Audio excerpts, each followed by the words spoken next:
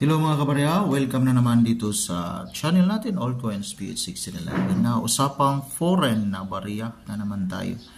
Ito yung barya sa United States of America. 1998, quarter dollar po mga kabarya. So ito yung Eagle.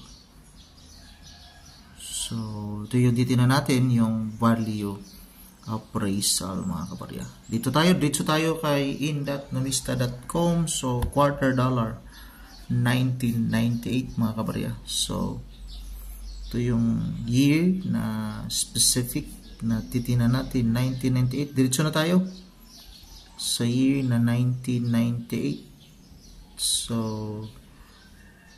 malapit na tayo mga kabarya, 1998. So 6, 7, 8. So ito na po mga kabarya, 1998. So marami po talaga. Ito yung maraming places na minted itong 1998. Ito yung may Denver, Philadelphia, San Francisco. So ito yung Denver mint, 14%. While ito yung Philadelphia, 16%. San Francisco.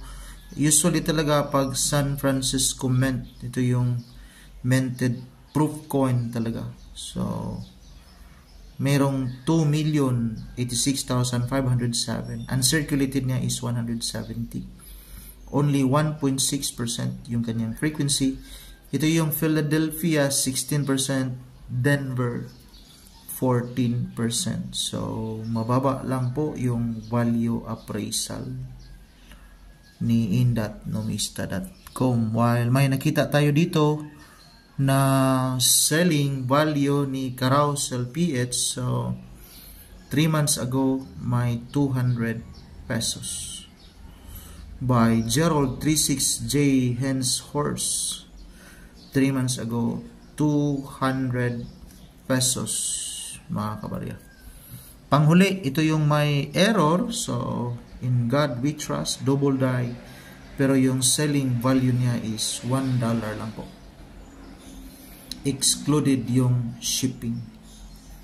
So baka nagtataka kayo, dito isa mura, doon sa iba mahal. So depende pa rin yon sa seller, at depende rin sa quality, at saka depende rin po pag may magka-interest na mga buyer mga kabarya. Maraming salamat and God bless.